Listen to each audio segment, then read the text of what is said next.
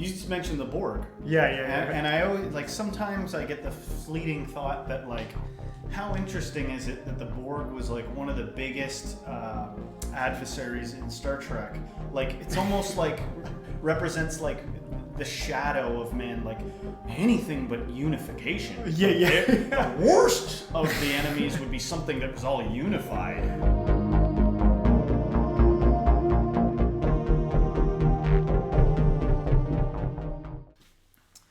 Welcome, modern day mystics, fellow truth seekers, James and Justin back again. We're going to continue our road down the Law of One rabbit hole. We had a good community response on the last video that we did, and we said we'd give you a part 2. And we'll do the same thing with the part 3 because I was going to split it into 2 parts, but these next densities, it's a little bit longer, and so I want to kind of dissect it and go through each one. So if we get a lot of attention here, which through likes, comments, subscriptions, we will do a part 3 and we'll continue down this road. But let's get right into it. So we can summarize the first 3 densities by saying that consciousness sleeps in the rock, it dreams in the animal, and it awakens in the human. What's really cool about this understanding is that it gives you a deep sense of appreciation and gratitude for the life that you're living now. Because in order to get to the point where your soul understands all the complexities and variables of the human experience, your consciousness had to first spend billions of years evolving as rock and water and plants and animals, and not to mention probably hundreds of human lifetimes. And so nothing I've shared thus far is really new. So that's kind of interesting because when you think of like consciousness evolving, I can't prove anything that this guy's saying, but it doesn't seem far-fetched to believe, since like we believe in evolution, like most of us, that like consciousness would be doing the same thing. Doesn't seem that far out there. Yeah, the thing that stood out to me was the fact that he goes, your soul has been evolving as first rock and then animal and now human. Yeah. Your soul. What does he mean by that? Yeah. What does he mean by that? I don't necessarily know, because it's called the Law of One, and I think the whole idea is that it's getting back to a place of oneness. So almost like reality is a big game where consciousness like splits itself, and the game it's playing with itself is unifying into one thing. Yeah. All right, let's see what it's got to say next. Information, because we already know that the first 3 stages or densities of consciousness exist, because we can observe them and see them in our own life experience. What we don't know, however, is where the evolution of consciousness goes after the 3rd density. And this is where Ra takes the liberty of informing us. So remember, Ra is this entity that is being channeled through someone, and I gotta do the homework and go get the name of the person that actually did this channel. There's actually 3 people, like one guy who like writes down everything that the other person's saying. So where does Aaron Abke fit in? Is he part of this Raw? No, I think he's just I think he enjoys, I think he really believes in the Law of One and thinks it's like a thing. So he has spent a lot of time of studying it. If you go online and look up Law of One, he's the guy you're gonna find. So okay. How long has the Law of One been around? I think since the 80s. So and the founders of it, they're still around? I'm not sure.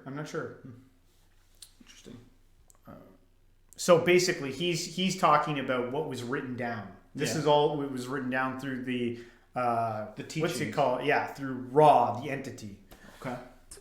And as you'll see, just like everything else we've ever discovered, the truth of how our universe actually works is always far more amazing than we could have possibly predicted. The 4th density is that of love and understanding, and is associated with the green ray or heart chakra, and possesses a chemical and light body. Ra states that the average lifespan of a 4th density being is around 90,000 years, and the full evolutionary cycle is around 30 million years. It's a long time. Also, according to Ra, our planet also became a 4th density planet in the year 2012. What this means is that our planetary frequency is now hospitable to begin evolving 4th density bodies.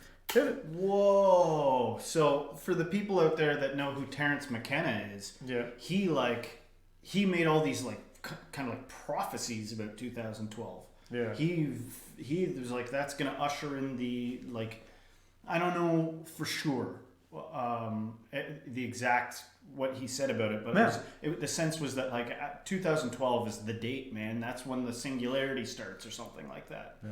It's amazing how that date is so prevalent in like so many mystical and like I think it was 2012 that Terrence McKenna said, and it's funny because like after 2012 came and went, I was like researching like, well, did anything happen? Like what happened in 2012 like that maybe we missed or something like that? Was there any huge events? And I couldn't find anything like super, maybe there's some people watching this that know of some stuff.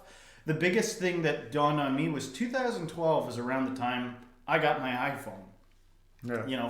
And maybe I was late to the game, but it was 2010, 2012 around there when it felt like for me iPhones were becoming a big thing, and that's like endless information in your pocket. Yeah. And maybe that was like one of the catalysts to this move to the fourth density or whatever.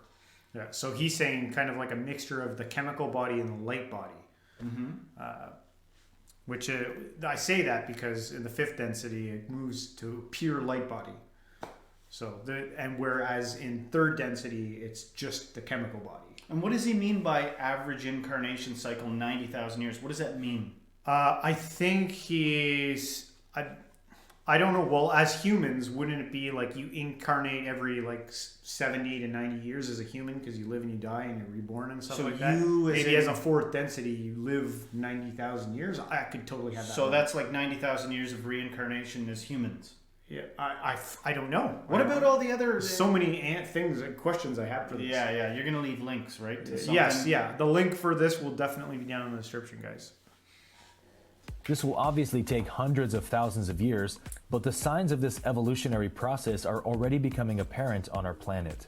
We can actually see the shift in the evolution towards fourth density love in our society because of the dramatic changes in social justice, equal rights for minorities, and awareness of global corruption, which have exploded since the year 2012. The shift into fourth density explains the acceleration of spiritual awakenings, technological advancements, and global communication as the world is becoming increasingly unified and less divided. And this is why so much of the corruption and hypocrisy of our That kind of goes along with what I said about the cell phone. Yeah, hell yeah. world is currently being exposed. I like what he just said there about like right now, if you follow social media trends or anything at all right now, it feels like all over the world, the systems that are in place right now, the corruptions within those systems are being pointed out now. Well, depending on the IP address or whatever, right? Because some people's algorithms lead them to see more content like that, where somebody else's might be... Possibly, yeah. If you're looking for it, you could find it maybe. Yeah, there's no rabbit hole you can't get lost in. Yeah, but it just seems like lately, just flipping through your phone or on the television, whatever it is, someone's always getting like, hey, why were you doing this at this time? And everything, why'd you make that policy? And, whose pockets were you lining here? And that's why in this age, I want to be the one crying out, be honest, just be honest.